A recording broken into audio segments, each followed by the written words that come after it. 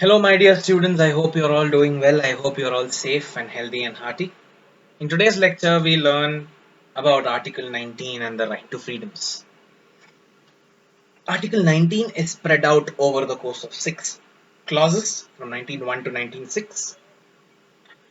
19.1 itself has 6 rights. So there's 19.1a, 19.1b, 19.1c, 19.1d, 19.1e, and 19.1g. 19.1f has been removed. Article 19 is the repository of a lot of fundamental rights which can also be considered to be a part of Article 21. So that we have the right to freedom of speech and expression. We have the right to assemble peaceably without arms. We have the right to form associations and cooperative societies. We have the right to move freely within the territory of India. We have the right to reside in anywhere in the territory of India. We had the right at one point, but we don't anymore. The right to property, it's a constitutional right under Article 300A now, but we had that right. And finally, we have the right to uh, trade and profession under Article 19. In this video, we will look at the right to freedom of speech and expression under Article 19(1)(a) and the reasonable restrictions placed on this right under 19(2). You must remember that Article 19 is only available to the citizens of India. Every citizen of India has these right to freedoms, which means that foreign aliens cannot claim this. Enemy aliens cannot definitely claim this. Foreigners cannot claim these rights in India. Secondly, companies cannot either. Only when we learned citizenship, when we learned all other fundamental rights, we found out that a company is an artificial person and a citizen can only be a real person. Only a human being can be a citizen. And therefore, companies cannot claim the rights under Article 19 either. Article 19(1)(a), freedom of speech and expression. The question was, because companies and because entities cannot claim the right to freedom of speech and expression, do we have the right to press in India? Do we have the right to press in India was a question, and we will come to the right to press momentarily. But despite companies not having, despite newspapers and TV channels and radios not having the freedom and the right under Article 90, people behind these companies, people behind these organizations, people behind these newspapers have regularly gone to court. So although it is not available to the company, the people who are running the company claim their fundamental rights. And therefore, in many ways, companies that are incorporated in India, that are run by Indians, are exercising the fundamental rights protected under Article 19 in many a manner. What about the reasonable restrictions? The existence of reasonable restrictions conveys that these rights are not absolute. There are restrictions, there are limits to which you can enjoy these rights. And how do you ensure that these limits are reasonable? Simple. It's through proportionality. You make sure that these rights are not arbitrarily restricted. You make sure that the proportionality is there. You do not take away too much while trying to protect something very small. Secondly, you make sure that the law is not unreasonable. The reasonableness should be of the restriction. The law has to be reasonable all the time. You cannot restrict something in excess manner and say that the law is reasonable. No. The law must always be reasonable, otherwise it's unconstitutional. The law has to always be reasonable, but in this context, it is the restriction that must also be reasonable. The law itself must always be reasonable. And finally, reasonableness can be ensured by using these restrictions to establish and take forward the directive principles of state policy. So reasonableness of a restriction can be ensured and taken forward if this restriction is done in the interest of DPSPs. So if you want to take forward the directive principles of state policy, and for that you need to restrict one of these rights, you can do that. So through proportionality, through making sure that it is the restriction and not the law itself that is reasonable, because the law has to always be reasonable. And finally, by trying to achieve a balance between DPSPs and fundamental rights, you can ensure that the restrictions are reasonable. And the burden to prove that the restriction is reasonable is on the state. So the person claiming a fundamental right violation only needs to make the claim that the restriction is not reasonable. It is the state that has to prove that the reasonableness has been ensured. Article 19(1)(a), freedom of speech and expression. It is very obvious that we Indian citizens have it, but what about the press? What about the freedom of press? In America, the liberty of press is a separate right. In India, it is not. So the question was, in India, do we have free press? Can we have free press? Court said yes. The right of free press is available within the fold of Article 19(1)(a). So no newspaper has more rights than an individual, but it does not have lesser rights either. The right to press is equal and coexistent with the right to freedom of speech and expression as contained in 19(1)(a). Express Newspapers Union of India, 1958. The freedom of press is not higher than that of any normal citizen's speech. This was what the Supreme Court said. However, in India, we do not allow pre-censorship of papers, of press. That is, if you want to publish something, you cannot censor it before it is published. You cannot say that this is the censorship authority, bring your newspapers here, bring your magazines here, bring your articles here. We will check it and then you can publish. No. This was established in the case of Brij Bhushan versus Delhi, 1950. In Brij Bhushan, there was a need to submit the articles and the newspapers to an authority who would look at it and then allow you to publish it. The Supreme Court struck down such an act. In a same-day judgment, which was decided by the Supreme Court, Ramesh Thapar versus State of Madras, the Supreme Court recognized the right to circulation as part of the right to freedom of speech and expression. They said the press has the right to express itself. But if you take away their right to circulate, then what is the point? So there was a paper called Crossroads, which was published in Bombay, and the state of Madras restricted its circulation in Madras. Supreme Court said you cannot do that. How can you do that? How can you restrict the sale of a newspaper? How can you restrict the circulation of a newspaper? Without circulation, the newspaper, what will you use it? What good is a newspaper that cannot be circulated? So the right to circulation, the right against pre-censorship, these are included in India under the right to freedom of speech and expression. And this is how the scope of 19 also has been expanded. Under 21, we will see that the scope of Article 21 is very wide. And similarly, so is the scope of Article 19(1). In one of our earliest lectures, we had learned that 19(1)(a), I had mentioned that 19(1)(a) is very wide, and we are seeing how it is wide. Under 19(1)(a), freedom of speech and expression, you have the right to press. Under the right to press, we are seeing that there is the right against pre-censorship. You cannot pre-censor a document. We are seeing that there is right to circulation. In Sakal Papers Limited versus Union of India, 1962, a decision of the government was challenged. They fixed the number of papers. So the newspapers are manufactured using newsprint. There was a restriction. The newsprint was costly. Importing newsprint was a costly affair. Therefore, it was decided that there will be a restriction on the number of pages.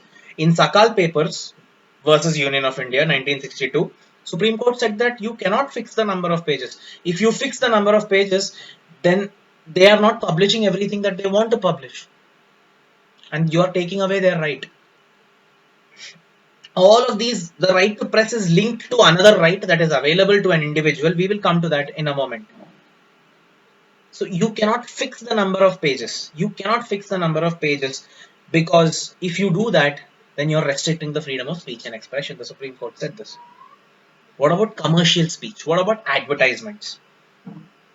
Initially, because advertisements was considered to be a trade. Initially, because advertisements involve a business, I will advertise you if you give me money. It was said that commercial speech or advertisement or paid speech does not come within the fold of 19(1)(a), but the Supreme Court later, this was decided in Hamdard Dawakhana versus Union of India. There is an element of trade in commercial speech. There is an element of trade in the case of paid speech, and therefore it cannot come within 19(1)(a). That's what the Supreme Court said in Hamdard Dawakhana. But the position changed in Tata Press versus MTNL, the Yellow Pages case.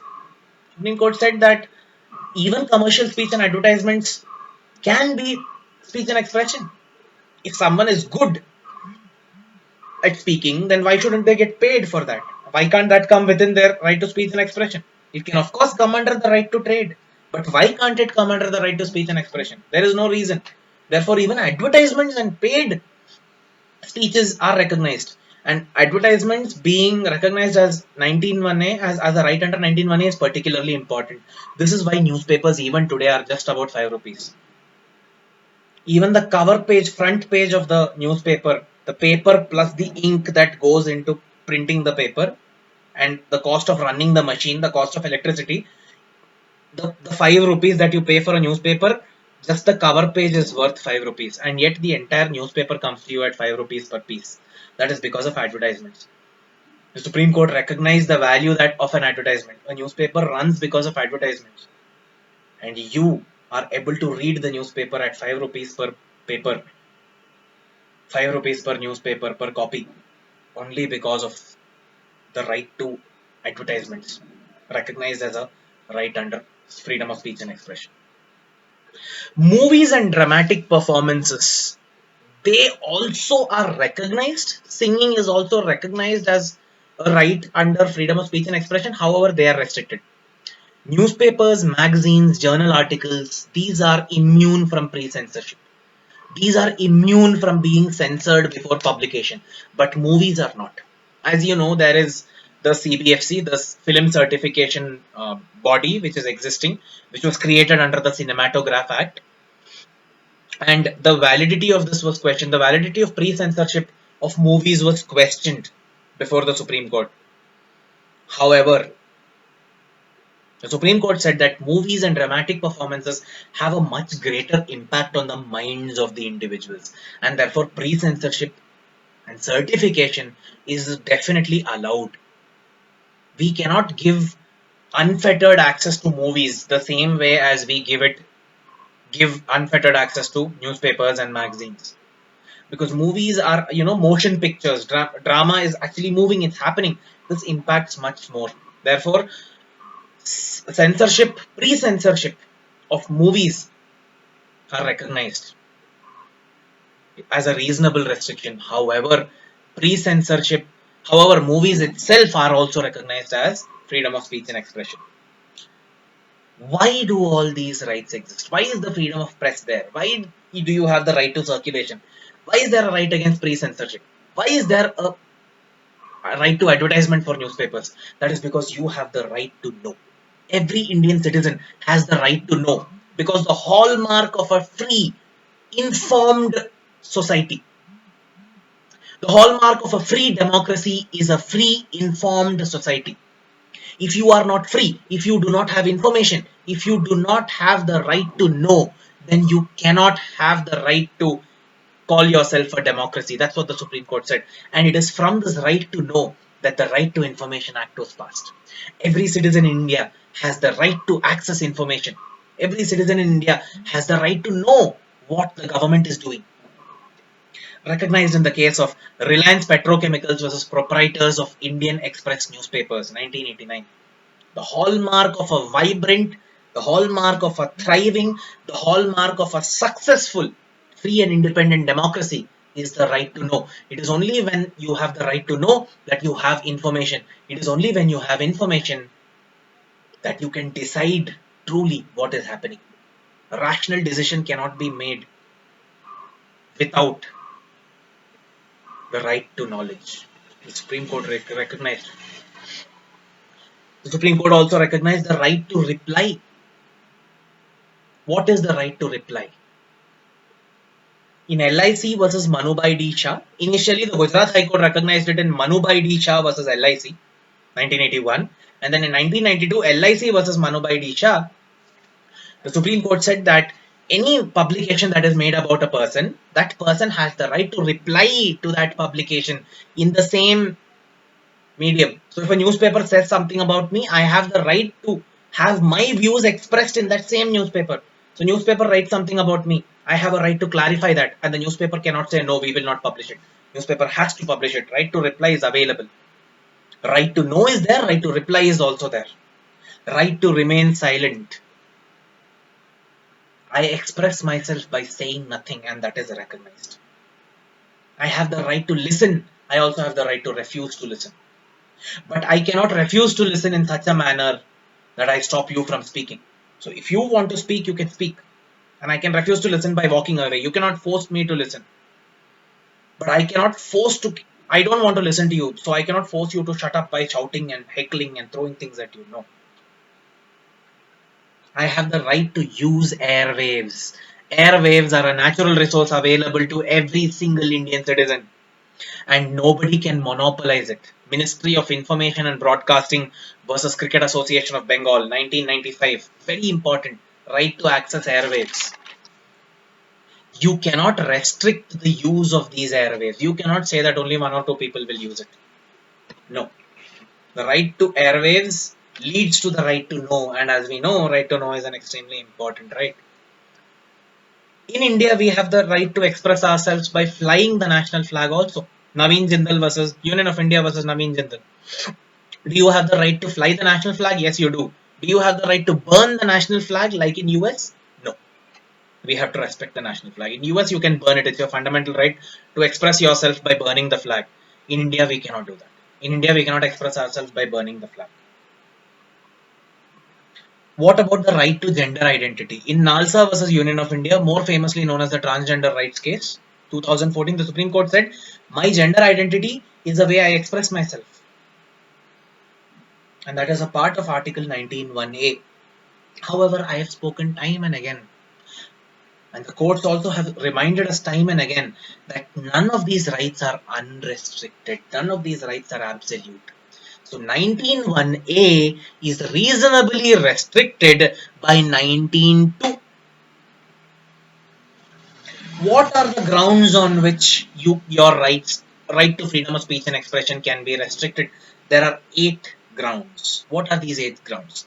Sovereignty and integrity of India, security of the state, friendly relations with foreign states, public order, decency or morality, contempt of court, defamation, and incitement to an offense. These are the 8 grounds that are contained within 19(2).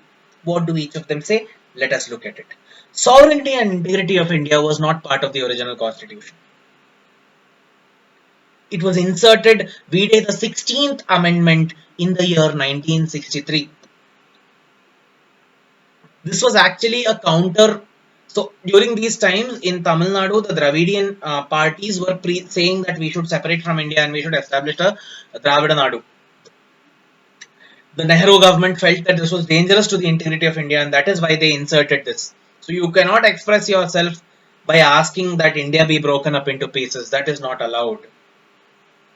Unity and integrity of India. Sovereignty of India. Sovereignty and integrity of India cannot be questioned. Secondly, security of the state. In Ramesh Thapar, a case that we've mentioned earlier, in Ramesh Thapar was State of Madras, there was a question whether a normal breach of order, saying something that causes law and order, normal breach of order, normal life is affected, is that threatening the security of the state? This question was asked. And that is why security of state was added. Security of state was initially not a part, but later they added in 1951 First Amendment. Is a normal breach of order threatening the security of state? Was the question that was asked. We took that away. That element of questioning was taken away by inserting the concept of security of state.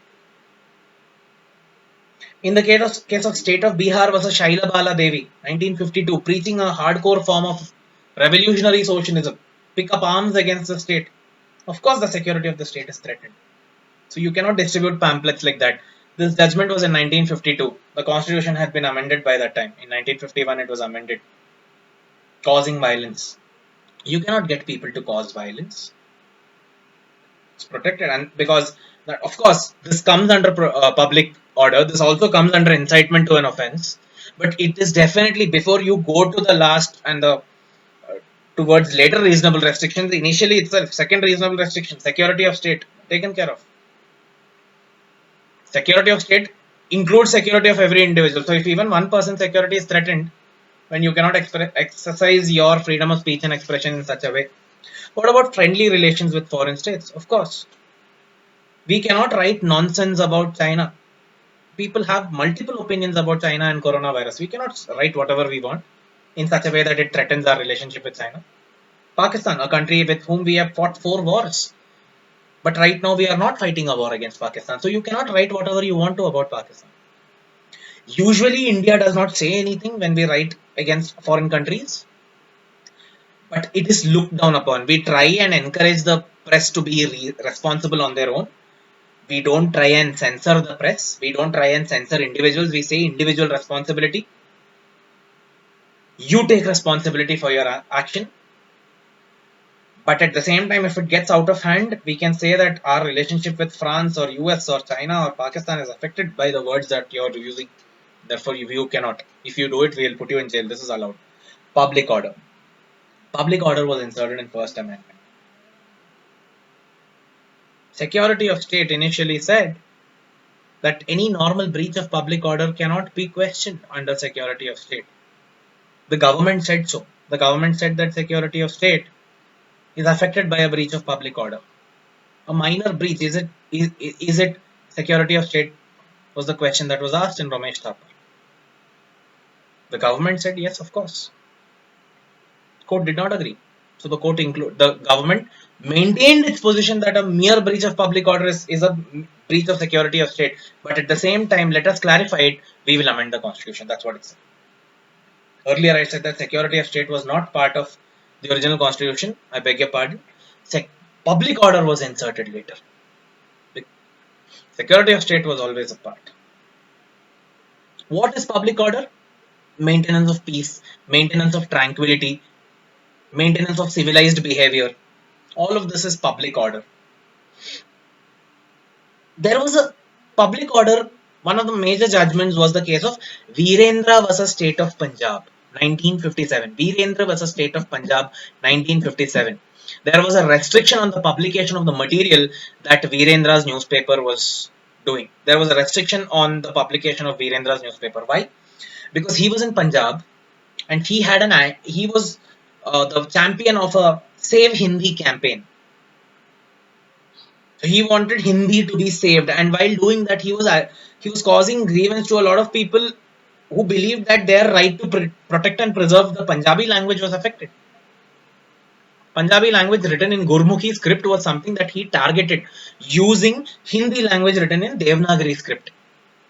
People felt that their Punjabi language was targeted, and when their Punjabi language is targeted, they will go and attack people who are Hindi speakers. This affects the public order. Therefore, his newspaper itself was restricted. The sale of these newspapers was restricted, and it was allowed.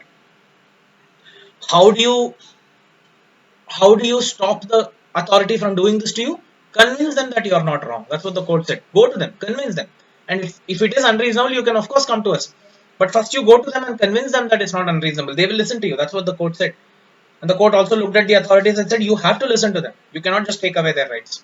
Decency or morality. Again, a very wide usage. What is decent for me might be indecent for you. What is morality? What is moral for me might be immoral for you. And this is also seen through the obscenity clauses. Obscenity is a crime in India. Sections 292 to 296 of the Indian Penal Code punishes obscenity. In India, initially, in a case of Ranjit Udeshi versus State of Maharashtra, 1965, this gentleman was selling a book which was banned in India. He was selling this book. It was known as He was selling a certain book which was banned in India, and he said that I'm not wrong. The court said that it's an obscene book. You're selling it. The authorities also said so, and they applied the Hicklins test. What was the Hicklins test? Hicklins test is a case laid down in R versus Hicklin sometime in the 1800s. It said that you need to see what the weakest person in the society is going to think. The most susceptible person, is that person going to be perverted by reading this material? That is a very low standard. And it's unfortunate that we upheld it in Ranjit Udeshi in 1965, because England itself had stopped following the Hicklins test by 1965. The good thing is now we have given up on following the Hicklins test. We have stopped following the Hicklins test in India. I believe the book that was being sold was Madame Bovary's Lover. It's a book that I think is available in the market now. It's an old book, so no one tries to read it anymore. But I think if you want to read it, you can. It's available easily. In the case of Khushbu versus Kanniammal, Khushbu was an actress in the Tamil industry. She is now a leader, a political party leader.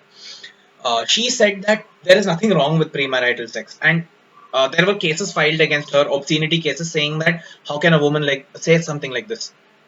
So in the case Khushbu versus Kanniammal, the Supreme Court said, so what if she said so? So what? If you apply Hicklin's test, of course, you need to see premarital sex. What will the weakest member, the person think? That person might be perverted, but that cannot be a standard. You cannot judge everyone else by looking at the weakest person. You should judge everyone else by looking at the reasonable person. If a reasonable person listens to Khushbu, the actress, saying that there is nothing wrong with premarital sex, is there a problem? No. The reasonable person is still going to analyze the situation. Is it good for me? Is it bad for me? What are the pros? What are the cons? How can it badly affect me? How can it affect me in a positive manner? And only then will the reasonable person take a decision. If the reasonable person is not badly affected by it, then you should let that person speak. And the cases against Khushbu were dismissed. All the criminal cases were dismissed against her. He said that she has said nothing wrong, nothing scandalous. We cannot apply the Ranjit Udeshi test. We cannot apply the Hicklin test. And I'm glad that this has happened. Today we have reached a point where expression is seen. Expression of freedom of speech and expression includes the ability to express love, and this includes public display of affection. Kissing in a public place is also not obscene, is also not an offense. So said by the Supreme Court, if we had applied Hicklin's test, we would have said that kissing in public place is an obscene act, but not anymore. Kissing in a public place is also allowed in India. But however, it is looked down upon by the society, which is unfortunate. But what is not unfortunate, what is a great thing, is that the Supreme Court recognizes that expression of love is never obscene. And that is why even homosexuality has been decriminalized. Homosexuality, gender identity, I told you, is an expression of oneself. Me expressing my love for another person, for my family, for the persons I love, can never be obscene. How can love be obscene? This is what the Supreme Court has said. And that is one of the most beautiful judgments. We've established the right for poor people to have food. We have established the right for the right for poor people as well as rich people to lead life with dignity. We have established that even in death there is dignity. But I think one of the most endearing judgments that our Supreme Court has ever given is the fact that there can be nothing obscene about expressing love. Love is not obscene, it is pure. And that is something that is very beautiful and something that's very close to all of our hearts. Because even a poor person as well as a rich person can express their love. Love does not see caste and gender and economic barriers, and therefore love cannot be obscene. This is something that the Supreme Court has understood and upheld. Therefore, decency and morality as a concept has usually, nudity and things like that do not attract provisions of decency and morality anymore. Usually decency and morality, if extreme forms of violence and such things are only questioned under morality, which is fair. I mean, you're showing gruesome things. Maybe even that shouldn't be restricted. People should be allowed to choose. And the Supreme Court does not restrict these also. Supreme Court is very cautious about decency and morality. Contempt of court. What is contempt of court? Contempt of court is something where you say something or do something which causes disrepute to the judicial system, which brings disrepute to the judicial system. As was seen in the case of EMS Namboodiripad versus T. Narayanan, 1970. So EMS Namboodiripad, a former Chief Minister of Kerala, in fact the first democratically elected communist leader of the entire world. Nowhere in the world has a communist leader been elected except EMS Namboodiripad in Kerala. The first chief minister of unified Kerala, the first communist chief minister, first communist leader to be democratically elected, went for a press conference, did not give any reasoning, simply said that all the judicial system in India, you should not listen to them. They are class biased. The worker will not get any rights. Supreme Court felt, and people, Supreme Court felt that this was contempt of court. Evidence should be provided. That's what the court said. You please give us evidence that we are having class bias. We will also improve. We will also change. You cannot simply call for a press conference, say what comes to your mind, and then walk away. And they held him guilty under the Contempt of Court Act. I beg your pardon. This judgment was not given under the Contempt of Court Act. This judgment was given out based on the inherent power that the High Courts and the Supreme Court has, and because of this case, there was a need felt to establish a judgment. There was a need felt to establish a proper law, and that was done through the Contempt of Courts Act 1971. There are two types of contempt: criminal contempt and civil contempt. Criminal contempt is when you bring extreme disrepute, when you say whatever you want to and criticize the court. Arundhati Roy has been held guilty of such offences, but usually the courts are liberal. Justice Krishna Iyer has time and again said that we should narrowly interpret contempt of court. The court should not be wary of criticism. The court should not be scared of criticism. Justice Krishna Iyer has said this multiple times, and therefore courts do take criticism for as long as you provide proper reasoning. But baseless arguments, unnecessarily questioning the integrity of the court, is strictly punished using the Contempt of Court Act 1971. And this act has two kinds: civil and criminal contempt. And civil contempt is lesser, criminal contempt is serious. But even in the case of criminal contempt, sending people to jail is very rare. Very rare. More often than not, you ask them to apologize and then you let them be. Courts are willing to accept apologies, don't want to punish people. After contempt of court comes defamation. Defamation is a crime as well as a tort. You must have studied in your law of torts, in your law of crimes, you will study that defamation is a crime as well as a tort. Your right to reputation is extremely important. Even a dead person cannot be defamed. And one of the defenses against defamation is the truth. So if you speak the truth against a person, if you say that this person is guilty of committing an offense, this person is guilty, this person is wrong, and you prove that that person was guilty, then you cannot be, a defamation case cannot be filed against you. A defamation case cannot be filed against you. But at the same time, if defamation is not, you cannot use, you cannot make defaming statements and say that I have the right to freedom of speech and expression. Neither can the newspapers. The newspapers cannot write whatever they want to, call people whatever they want to, and then say that freedom of press. No, that is not allowed. You cannot defame someone. Prove. Truth is a defense against defamation. Truth. If you say truth things, then you are not making defamatory statements. So prove that it is the truth, and then it will not be defamation. The Supreme Court, in as recently as 2016 in Subramanian Swamy versus Union of India, where the validity of criminal defamation, where the validity of Section 499 and Section 500 of the IPC was challenged, Supreme Court said that the right to reputation is paramount. It takes years to build reputation, but in 1 second you can say something and destroy that reputation. And that is why the importance of reputation to leading life. Right to reputation comes within the fold of Article 19 as well as Article 21. You will express yourself under Article 19(1)(a). You will tell the world what you want to under 19(1)(a), and that damages someone else. And tomorrow when that person says something, no one will listen. He or she is expressing themselves, but no one is willing to listen to them. If no one is willing to listen to them, then what is the point of having the right to speech and expression? You use your right to destroy someone else's right. That we cannot allow. So right to reputation is of paramount importance. Finally, incitement to an offense. Instead of Bihar versus Shaila Bala Devi, where she asked the people to pick up arms against the state. They said you cannot do that. You cannot get someone to commit a crime.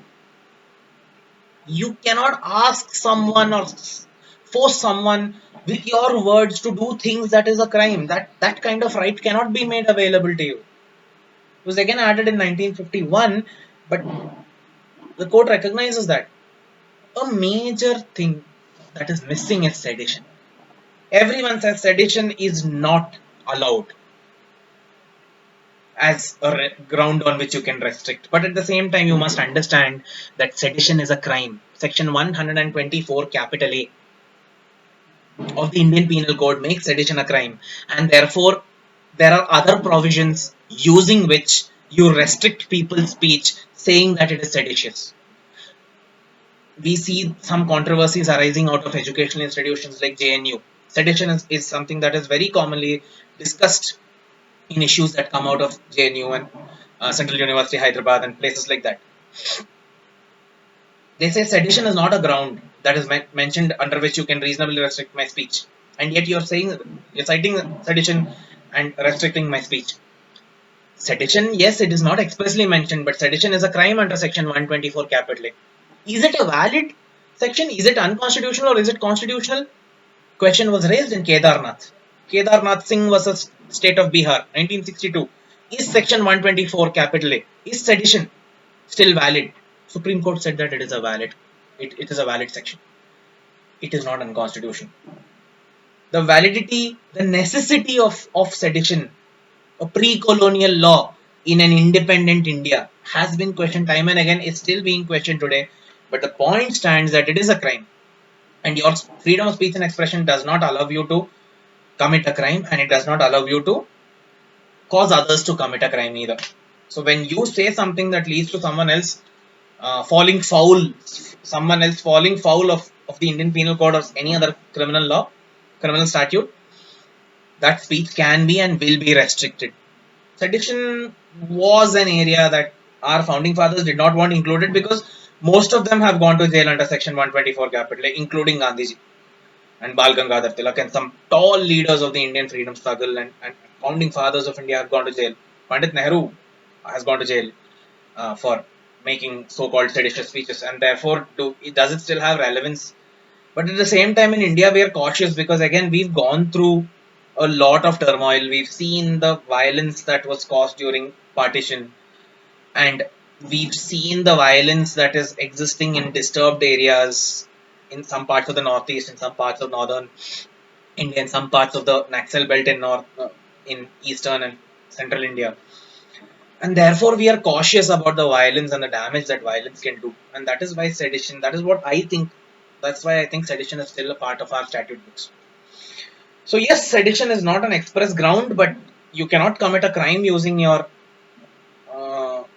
right to speech and expression. You cannot use your free speech right to commit a crime, and sedition is a crime, and therefore you cannot make seditious speeches either. Article 19(1)(a), again, like Article 21, has a very wide scope. Very few words are used to construct 19(1)(a), and yet within those very few words, there is an entire world, there is an entire universe, there's a plethora of rights that are contained within it. And yet, it is not sufficient. In fact, the right to education was recognized as a right. You'll be surprised to know that well before Unni Krishnan, you'll be surprised to know that well before Mohini Jain, the Delhi and the West Bengal High Courts have held that right to education is a part of right to freedom of speech and expression. You can express yourself well only if you study. So that's how wide 19(1)(a) is. And yet it is very narrow, because what we think today, it is very wide, but future generation might think, "Arey yaar, this should also be a right." It's not there. So narrow. No free speech in India. They may feel so, and then they will file their PILs. The next generation will fight their own battles. We have fought ours. We fought ours, and we made sure that members belonging to the LGBTQ community can express themselves. That their free speech and expression is also wide.